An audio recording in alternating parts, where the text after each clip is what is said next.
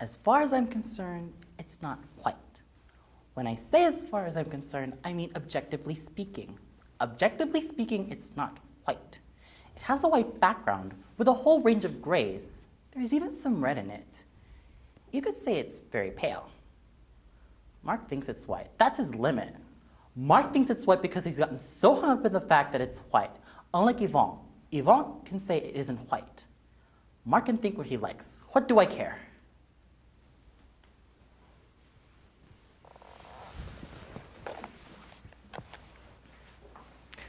Obviously, I should have taken the Ignatia. Why do I have to be so categorical? What possible difference can it make to me if Serge let himself be taken in by modern art? I mean, it is a serious matter, but I could have found some other way to put it to him. I could have used a less aggressive tone. Even though it makes me physically ill that my best friend has bought a white painting, all the same, I ought to stop attacking him about it. I have to be nicer to him. From now on, I'm on my best behavior.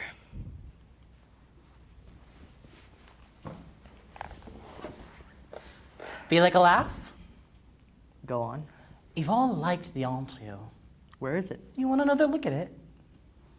Let me see it. I knew you'd come around to it. Oh. Yvonne got it right away. Uh-huh. All right. It's just a painting. We don't need to get bogged down by it. Life's too short. By the way, have you read this? Read it. It's a masterpiece. Incredibly modern. Read that. You don't need to read anything else. What? The office, the hospital, Francoise, who's now decreed that I should see the children every weekend, which is something new for Francoise, the notion that children need a father. Anyways, I don't have time to read. I'm obliged to go straight for the essentials. As in painting, where you've ingeniously eliminated all form and color. Those old chestnuts. Yes, although I'm still capable of appreciating more figurative work, like your Flemish number. Very restful. What's Flemish about it? It's a view of Carcassonne. Yes, but I mean, it's slightly Flemish in style. The window, the view, the... In any case, it's very pretty. It's not worth anything. You know that. What difference does that make? Anyways, in a few years, God will know if the Antoni will be worth anything. You know what? I've been thinking, and I've changed my mind. The other day, I was driving across town. I was thinking about you, and I said to myself, isn't there, deep down, something really poetic about what Serge has done? Isn't surrendering to this incoherent urge to buy, in fact, a authentically poetic impulse? You're very conciliatory today, unrecognizable. What is this bland, submissive tone of voice? No. It doesn't suit you at all, by the way. No. I'm trying to explain. I'm apologizing. Apologizing? What for? I'm too thin-skinned, too high-strung. I overreact. You could say I lack judgment. Read Seneca. That's it.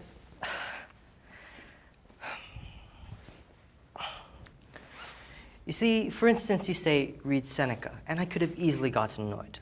I'm really capable of being really annoyed by you saying to me in the course of our conversation, read Seneca, which is absurd of me. No, it's not absurd. Really? No, because you thought you could identify. No, I never said I was annoyed. You said you could easily... Yes, I could easily... get annoyed, and I understand that. Because when I said read Seneca, you thought you could identify yourself with some kind of superiority.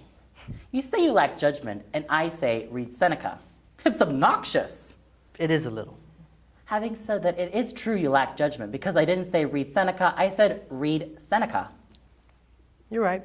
You're right. The fact of the matter is, you've quite simply lost your sense of humor. Probably. You really have lost your sense of humor, Marc. I mean, you really have lost your sense of humor. When I was talking to Yvonne the other day, we agreed that you've quite simply lost your sense of humor. Where the hell is he? He's incapable of being on time. It's infuriating. We'll miss the beginning. Yvonne said I lost my sense of humor? Yvonne agrees with me that you've lost your sense of humor. Let me get this straight. Yvonne went to your place, he said he liked the painting very much, and I'd lost my sense of humor. Ah, the painting. Ah, yes. And really very much. Meant it. What's that you're eating? Ignatia, Oh, you believe in homeopathy now. I don't believe in anything. Do you think Yvonne had lost a lot of weight? So is she. It's the wedding, eating away at them. Yeah. How's Paula? All right. Where are you going to put it? Haven't decided. There. There. Too ostentatious. Are you going to have it framed? No, no, no, no. Why not? The artist doesn't want it to be framed. Is that so? The artist doesn't want it to be framed.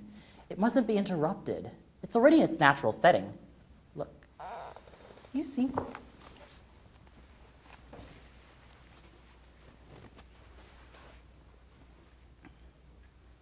What is it? Adhesive tape? No, it's a kind of craft paper made up by the artist. It's funny the way you say the artist. What else am I supposed to say?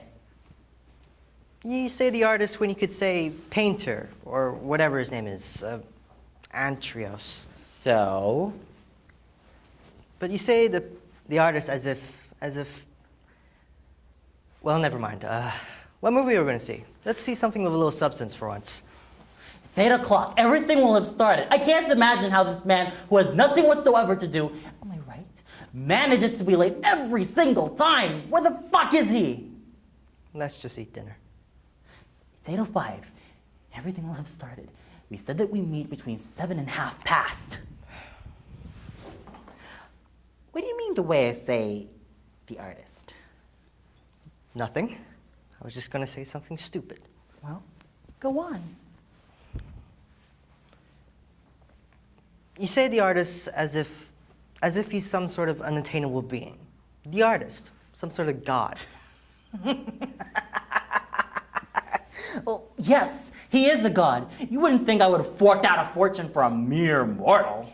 Well, no. I went to the Pompidou on Monday. Do you know how many Antioses they have at the Pompidou? 3. 3 Antioses at the Pompidou.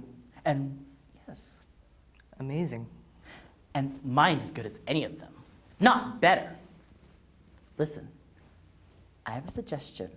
Let's give Yvonne exactly 3 more minutes and then get the hell out of here. I found a great new place, Lyonnaise food. Why are you so jumpy? I am not jumping. Yes, you are jumpy. I am not jumping. All right. I am jumpy because this slackness is intolerable. This inability to practice any kind of self-discipline. The fact is, I'm getting on your nerves, and you're blaming it on poor Yvonne. What do you mean, poor Yvonne? Are you shitting? And you're not getting on my nerves. Why would you be getting on my nerves?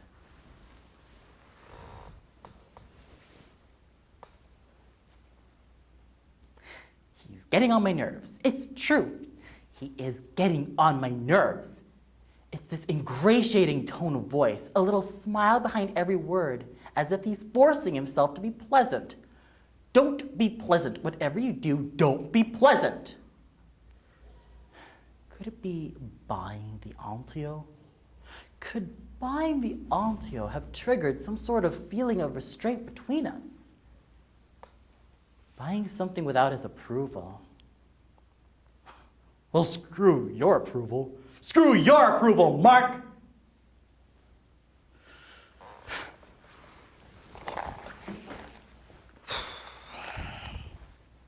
Could it be Diantrios? Could it be buying Diantrios? No. It started some time before that. To be precise, it started the day we were talking about some work of art. and you uttered quite seriously the word deconstruction. Now, it wasn't the word deconstruction that upset me, it was the solemnity you imbued it with. You said, humorously, unapologetically, without a trace of irony, the word deconstruction. You, my friend. I didn't know the best way to handle the situation, so I made this throwaway remark. I said, I must be getting intolerant for my old age. And your response was, who do you think you are? What makes you so high and mighty?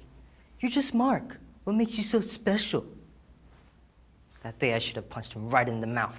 And while he was lying on the floor, half dead, I should have said to him, you're supposed to be my friend. What kind of friend are you, Serge, if you don't think your friends are special?